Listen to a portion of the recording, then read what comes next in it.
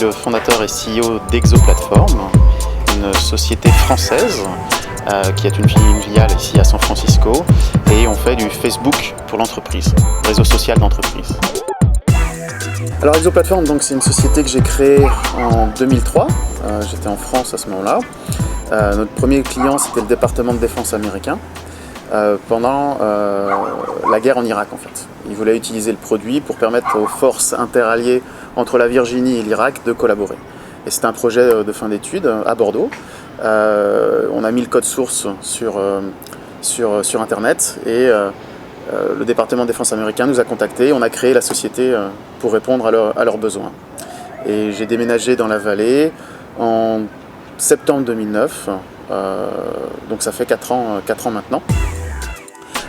Et comme je vous le disais tout à l'heure, on est un réseau social d'entreprises, donc on permet aux entreprises, aux employés des entreprises de collaborer plus facilement en amenant les techniques que vous trouvez sur les réseaux sociaux grand public tels que Facebook mais aussi Twitter au sein de votre entreprise. Alors vous ne partagez pas des photos bien entendu, mais vous partagez des plaquettes commerciales, des PowerPoint, des documents Word, et vous pouvez collaborer autour de ces informations. Il y a un leader du marché sur les réseaux sociaux d'entreprise qui est Jai Software, qui est une société américaine cotée au Nasdaq, et on vient avec une offre qui a 90% des fonctionnalités de ce leader, mais on vient avec un pricing, un prix très avantageux et une offre open source.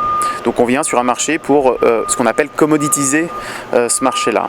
Donc dans 2 ans, l'idée c'est de devenir le leader du marché du réseau social d'entreprise grâce à cette approche de distribution un peu atypique qui a pour but de perturber le marché.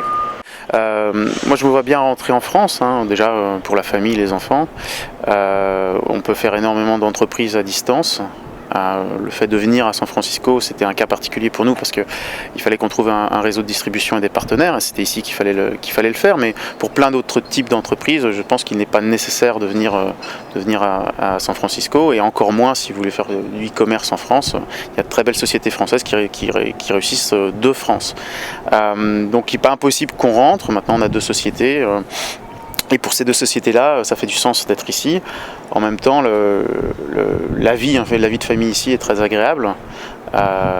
C'est un petit peu cher, même beaucoup, très cher, mais de vivre ici. Mais à part ça, le cadre de vie, vous voyez, c'est quand même assez sympa. On est en terrasse en plein mois d'avril. La plupart des personnes que je rencontre de France ont une image assez déformée en fait de la Silicon Valley. Ils ont l'impression que tout est simple, tout est facile et que tout se fait très rapidement. C'est un peu un fantasme. Quand vous venez ici, il vaut mieux venir prêt avec un produit déjà testé sur le marché européen, le marché français. Parce qu'en fait c'est relativement facile d'avoir les contacts.